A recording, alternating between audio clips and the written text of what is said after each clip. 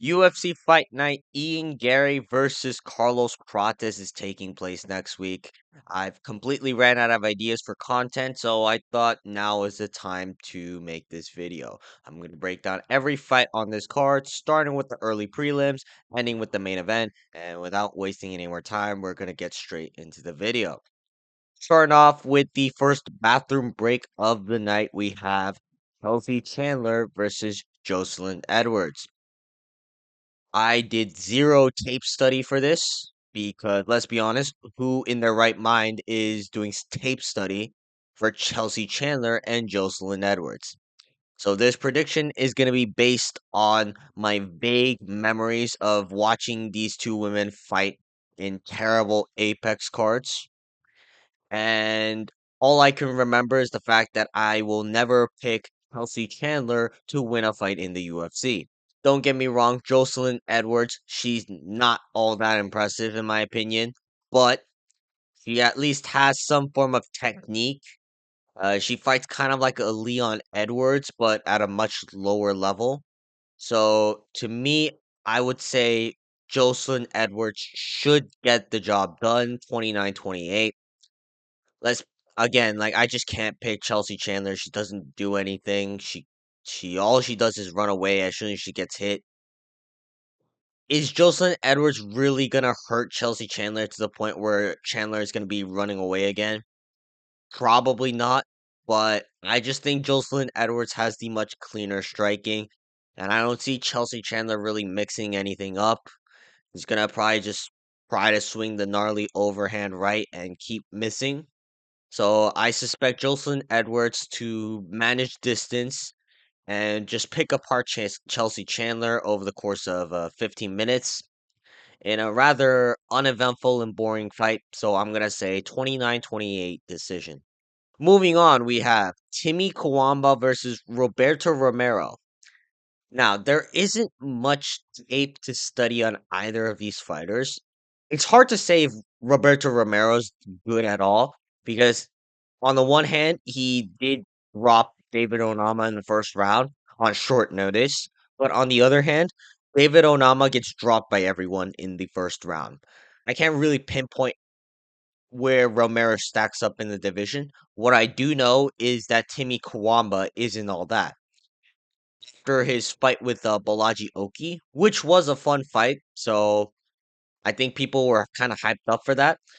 Then he proceeded to go to uneventful, boring decisions against random schmucks in the featherweight division.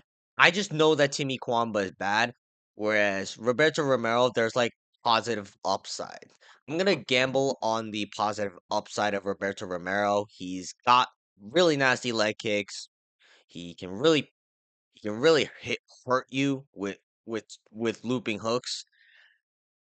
His cardio is questionable, but again, he fought against David Onama in short notice, and David Onama is one of the best build-up fighters in the division.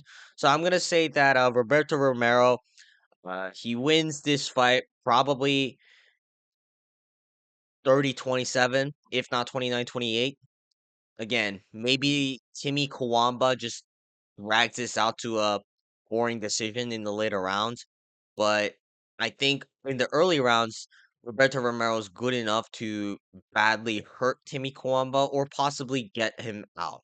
But I haven't really seen anyone knock out Timmy Kwamba, so I'm gonna say comfortable decision for Roberto Romero. Moving on to Jacqueline Morin versus Poliana Viana. Jacqueline Morin's pretty good, at least with her grappling. Like she's getting consistent submissions in the unranked section of the women's flyweight division. And if you're getting consistent submissions like that, then you deserve a jump up in competition. Like I know you lost to Sam Hughes, Jacqueline Warren, but I think outside of that, you've looked pretty good. So I'm gonna trust in the consistency of Jacqueline Warren getting submission wins. And Poliana Viana, if he doesn't have a lick of takedown defense, she just kind of gets submitted almost every fight. So yeah, I'm gonna say Jacqueline Morin does what she usually does in this fight and get the submission win. within the second round, maybe the first round, but probably the second roundish. Moving on to Malcolm Wellmaker versus Cameron Simon. Tricky fight to predict. Again, Cameron Simon, he's tough and he isn't exactly easy to put away. But I'm believing in Malcolm Wellmaker right now. I don't think Simon is really improving technically in order to hang with Malcolm Wellmaker.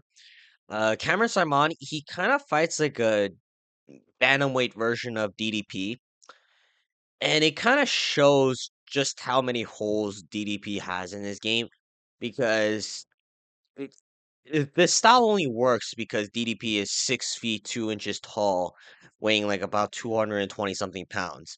Watching someone like Cameron Simon, who has a similar frame to mine, maybe a little bit smaller, it just shows that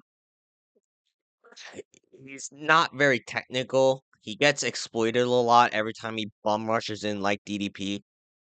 And it's not a suitable style when it comes to fighting. Like, is it very fun to watch? Yes. But if you're going to a actual gym and trying to learn some form of martial art, that DDP and Cameron Simon style is not the ideal style to learn, especially if you're like 5'8" like me. I believe Wellmaker, he's very good.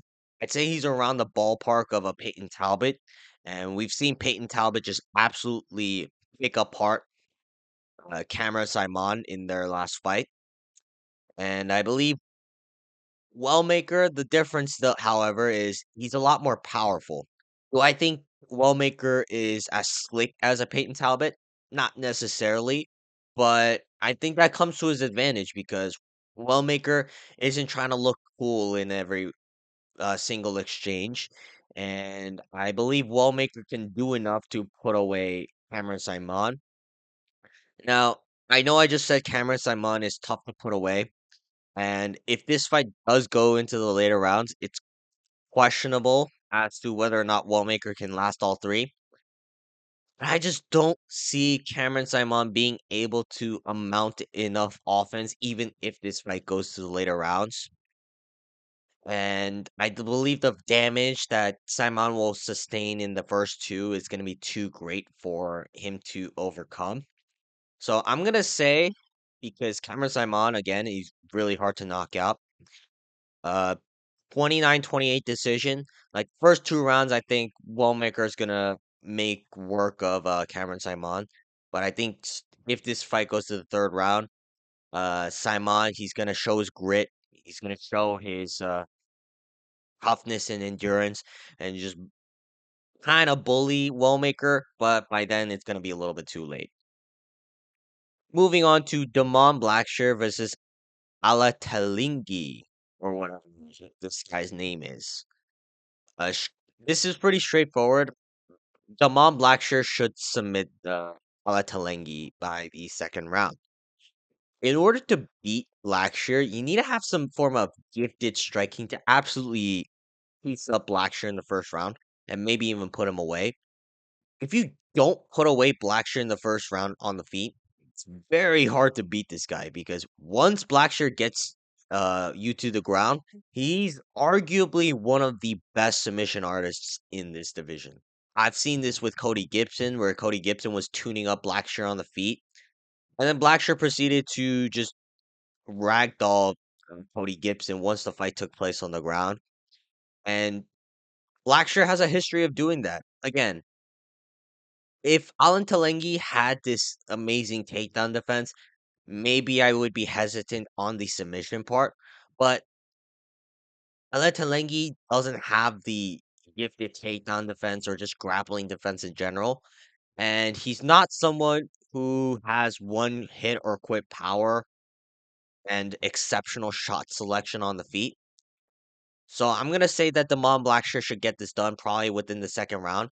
I'm surprised the UFC even made this matchup because this is a step down in competition for Blackshear, in my opinion.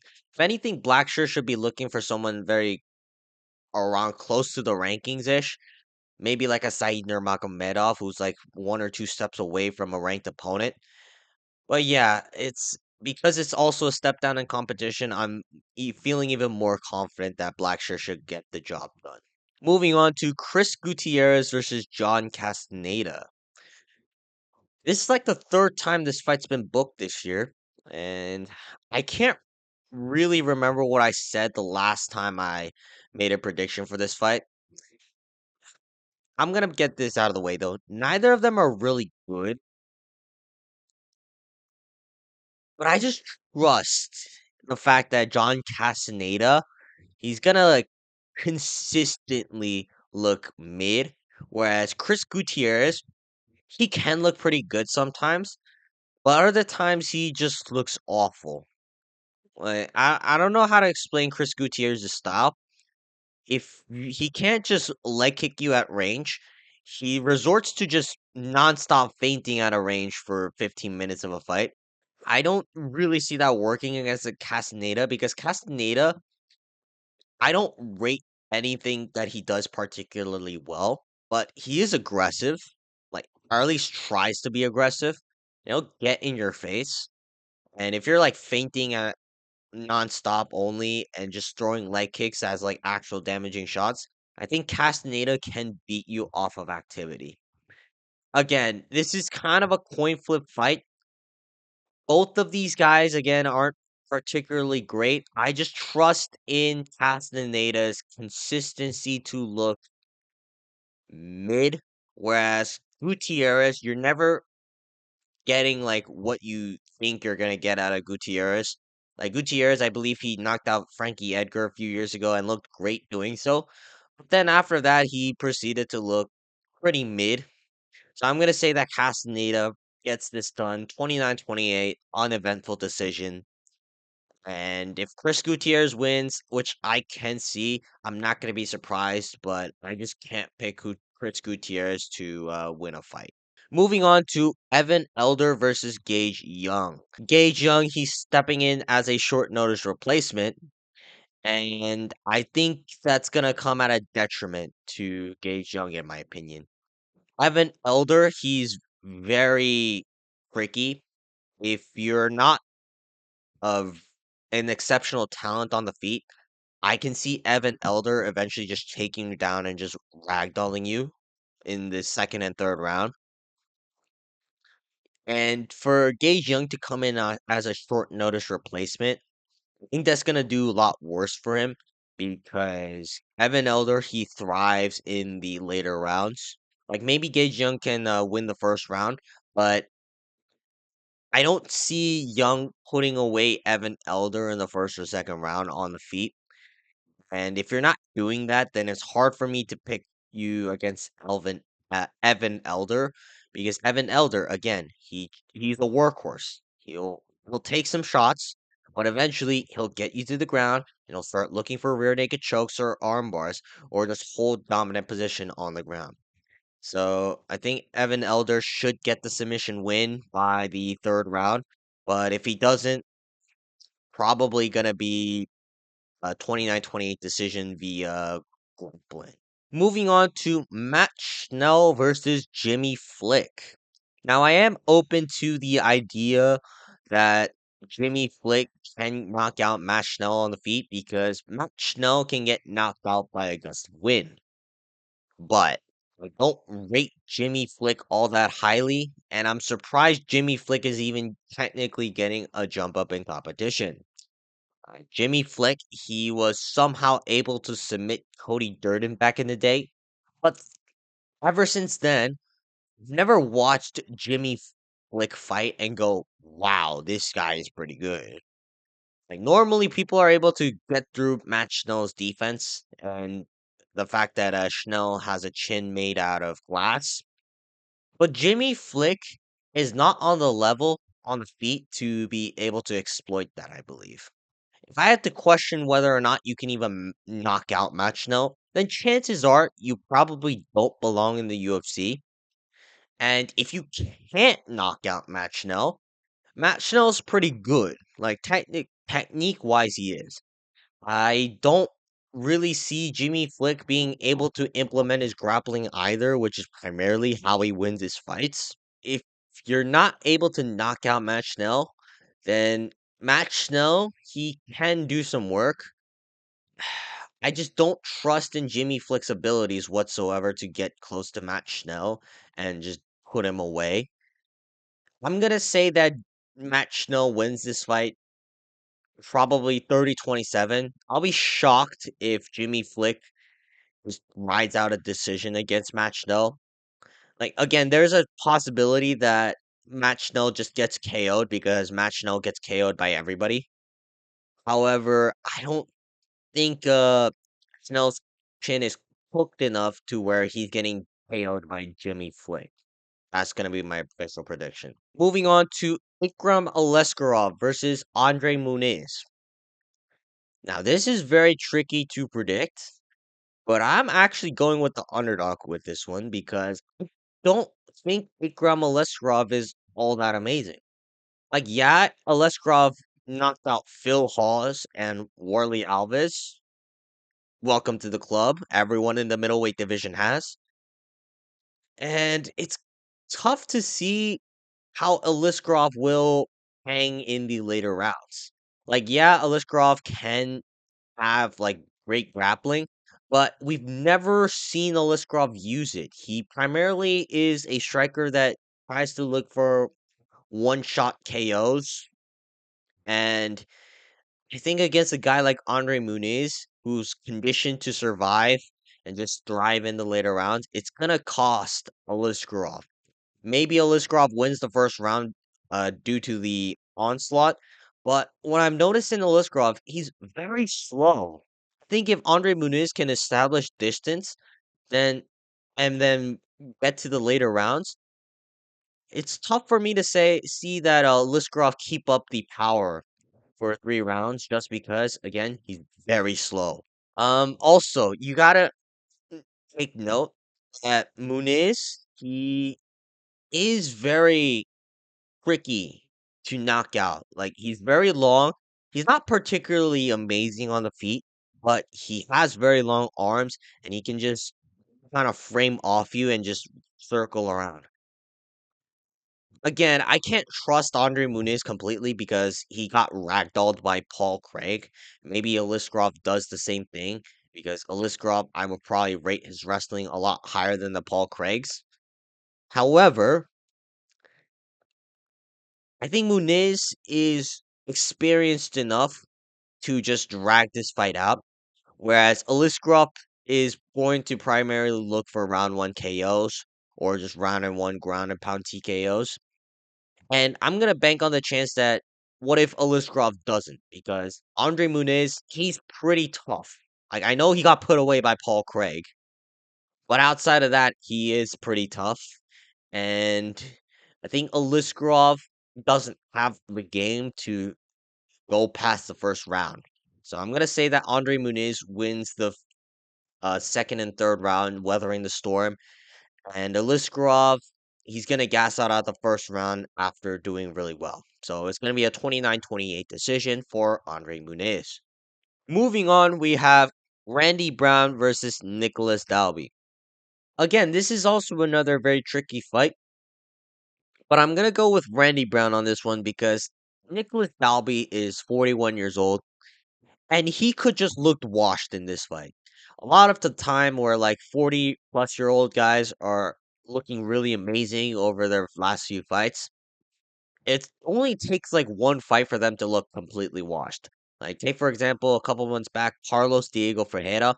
I thought he looked amazing against uh prospects that were on the come up. But then the second he fought a ranked contender, he looked nothing like his former self. Now, fair enough, maybe Grant Dawson is just that good, but at the same time, Carlos Diego Ferreira didn't really do much of anything, and it looked like a shell of himself. He looked like a shell of himself from when he fought Mateusz Rebek just like 10 months ago. So yeah, Nicholas Dalby, he took a similar time off, like I think at least 10 months. And Dalby, again, I'm not gonna bank on the fact that Dalby he looked amazing on his last few fights because again, he could just looked washed in this one. Also, Randy Brown, he's looked a lot better. throughout his last few fights. There was an argument that he beat Prime Battle. I still thought Battle won via visual optics, but Randy Brown, I think implement a very similar game plan he did against Battle in order to beat a guy like Nicholas Dalby. I think Nicholas Dalby, he is gonna come out just trying to work or break Randy Brown. And Randy Brown isn't the type to just throw the kitchen sink at a guy, especially against a guy like Nicholas Dalby, who's tough, who's just gonna maraud forward nonstop with an unbreakable chin.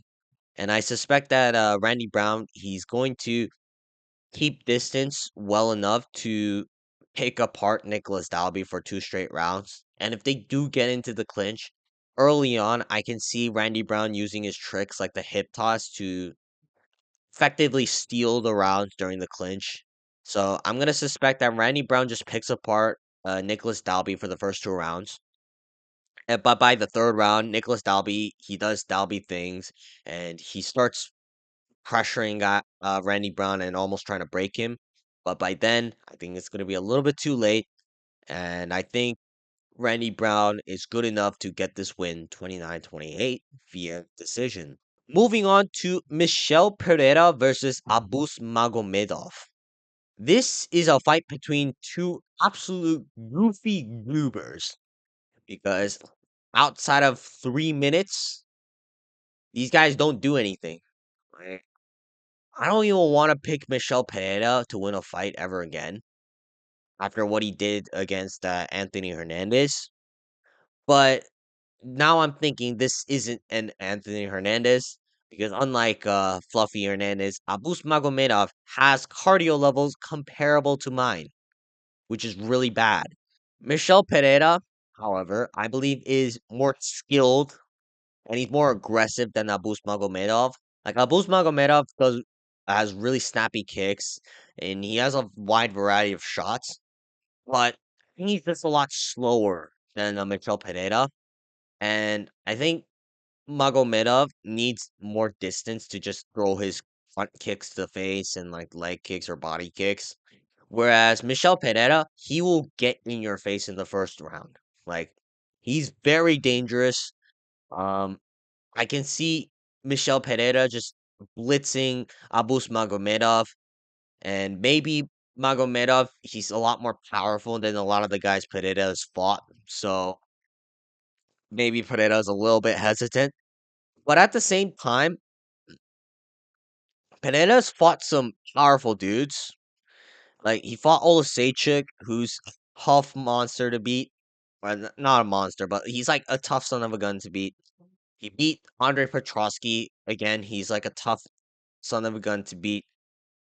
See, Michel Pereira, if you're not someone who can just ragdoll people over the course of 3 to 5 rounds, Michel Pereira is a monster.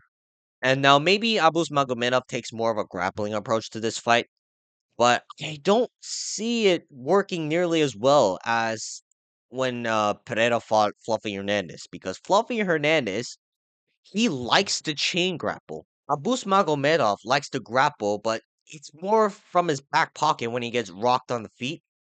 And if you're getting rocked on the feet by Michel Pereira, that is one of the scariest positions to be in a fight. Because Michel Pereira, he is like a shark who smells blood. If he sees you wobble, he will maul you. Like I don't care how good you are. You need to have like stone made bones or something like that in order to survive Michel Pereira past the first round. So I'm gonna say that Michel Pereira gets this done in typical Michel Pereira fashion by getting a round one TKO, possibly even a guillotine after Pereira rocks Magomedov on the feet because we know Pereira loves the standing guillotine. Either way, Michel Pereira should get this done by the first round. Moving on to the feature fight, we have Giga Chikadze versus David Onama. I think people are forgetting just how good Giga Chikadze is. Now, is there a possibility that David Onama beats Giga Chikadze?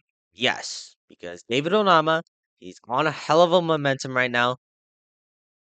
I just don't think he has the style to beat Giga Chikadze though. Like a lot of my criticisms against David Onama is the fact that Onama just gets blasted in the first round. Like I don't recall a single time where anyone Onama's fought hasn't been able to have success against Onama. Like a lot of people have dropped him in the first round, that's for sure. And Giga Chikadze, I think he's good enough to put away David Onama in the first round.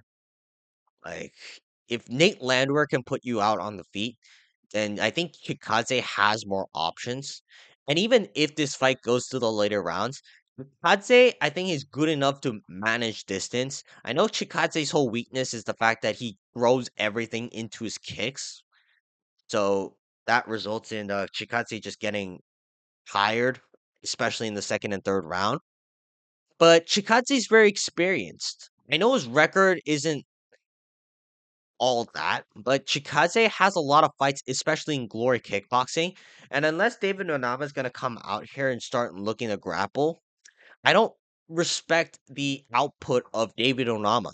A lot of the times, David Onama kind of relies on other people to come in, and Onama just uses his footwork to just counter.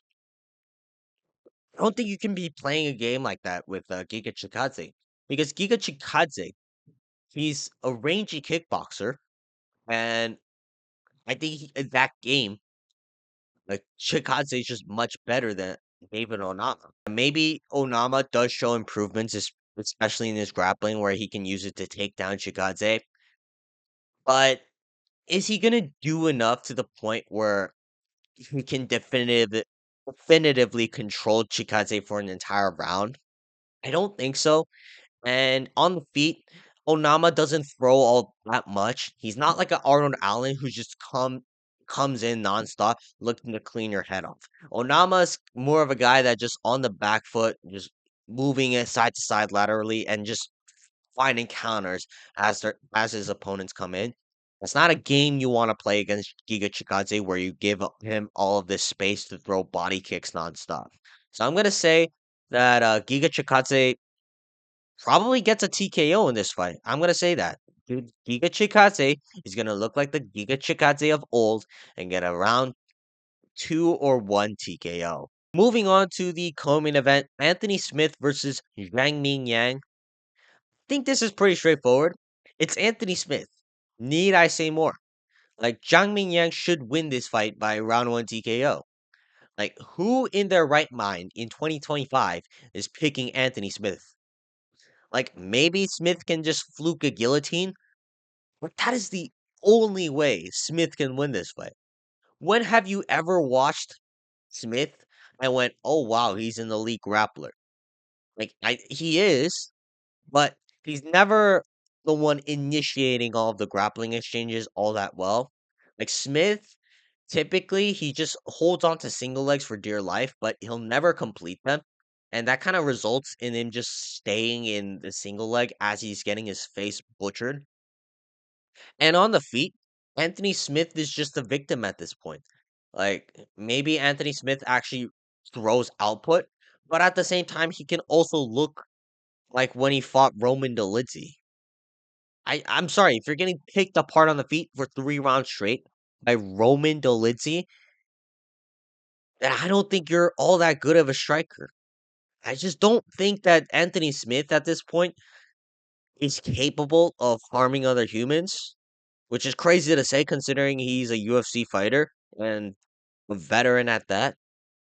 But Zhang Mingyang, he's dangerous. And that's what it all comes down to. Zhang Mingyang is dangerous and Anthony Smith isn't. A lot of Anthony Smith fights where he wins, it feels as if Anthony Smith wins because the other guy just gasses himself out first. I don't think Zhang Mingyang is gonna have the time to do so. Like there are questions as to whether or not Zhang Mingyang can fight past the first or second round. But at the same time, Zhang Mingyang, he's knocked out everyone in the first round he's fought. And I don't think Anthony Smith is that much better than any of the guys that Zhang Mingyang has knocked out. So I'm gonna say that Zhang Mingyang goes out there, pack left hook, knocks out Anthony Smith in the first round. Anthony Smith He's gonna curl up into the feeble position, and then in the post-fight interview, he's gonna be like, "Yeah, I just didn't look like myself out there tonight," and that's gonna be the end of Anthony Smith's career. And good riddance, because I think it's very sad at this point that Anthony Smith is still fighting, and he shouldn't fight anymore. Main event, we get to Garry versus Carlos Prates. Now, I want to preface this prediction by saying that Machado Garry is a very good fighter. Like, say what you want about his annoying demeanor and his life choices that you may not agree with. Machado Garry, I've respected his fight game, especially after his fight with Shavkat Rakhmonov. That being said, I don't believe Machado Garry has the style to beat Carlos Prates in this fight. The reason I say that is because a lot of the times Ian Garry fights, he's always on the back foot, and he's just trying to look to throw jabs and body kicks at range. I just don't see that working against a guy like Carlos Prates if you're going to go for a straight up Muay Thai fight. Against a guy like Carlos Prates, you need to be the aggressor. That's kind of hard to do, but it's a lot better than just waiting for Carlos Prates to throw strikes, because you don't want to get caught by Carlos Prates. Carlos Prates has the death touch, especially in his left hand. Like, he didn't even hit Neil Magny clean, and he was still able to knock out Neil Magny in one punch. So I think something similar is going to happen in this fight. Like, sure, Ian Garry has a lot better defense than Neil Magny, but again, Ian Garry, he willingly backs himself up against the fence. And you can't do that against a guy like Carlos Prates, who will just piece you up if you give him the space to do so. Maybe Garry can implement his grappling, but when has Ian Garry implemented elite level grappling? Like, sure, he almost choked out Shavkat Rakhmonov, and he did a good job just defending of takedowns against the fence. But I've never seen Ian Garry be the one to initiate a blast double leg or anything like that uh, in order to force a guy like Carlos Prates to the ground. Like, yeah, he held MVP against the fence for 5 minutes in their fight. I don't think it's gonna translate to a guy like Carlos Prates. Like, a lot of people are saying that Carlos Prates has deficiencies in the grappling. When have we ever seen that? Like, no one's ever tested him in the grappling, but he's never shown any deficiencies. Like, yeah, some guy in the contender series took him down for like a minute. It happens. A lot of good to great grapplers have been taken down for a minute, and they a lot of the times they've had to work their way back up to the feet. I just suspect that Carlos Prates is a little bit too dangerous for Ian Garry, and Ian Gary's gonna respect that danger a little bit too much, to where he's gonna voluntarily back himself up against the fence, possibly shoot for desperate takedowns, and against the fence, Carlos Prates is gonna have a field day with knees, head kicks, left hands down the pipe. Now, is there an opportunity for Ian Garry to win this fight? Of course. Like, again, maybe Carlos Prates doesn't look the best in the later rounds, and Ian Gary's very well conditioned for 5 rounds. I just don't think it's gonna go past the third round. I suspect that Carlos Prates, he's gonna back up Ian Garry, where actually, no. It's more like Ian Garry willingly backs himself up because he respects the power of Carlos Prates way too much. And then Ian Garry, he's going to just try to sell up, and then Carlos Prates is going to find the shots to knock him out in the second round. And in the grappling, again, I've never seen Ian Garry look all that impressive. Like, yeah, he almost choked out Shavkat Rakhmonov, but he's consistently failed rear naked chokes. Yeah, I don't know. I don't think Ian Garry can get this fight to the ground. Like, the only way Ian Garry gets fights to the ground is if opponents overextend. Carlos Prates is not gonna overextend on a sloppy punch or anything like that. A lot of the time, Carlos Prates, he just picks his shots just right. It's not like a MVP where like MVP just blitzes in with a 1-2 with full speed ahead. Carlos Prates, I believe, will be responsible enough to manage the distance properly. And unless Ian Gary's gonna force any action, Carlos Prates is just gonna do what he does against Ian Gary and eventually just knock him out in the second round and then celebrate with cigarettes and Hennessy. All right, that's gonna be it for today's video. Let me know in the comments down below who you guys would pick for UFC Kansas City, Ian Machado Gary versus Carlos Prates. But other than that, make sure to like and subscribe, and I will see you guys next time. Peace.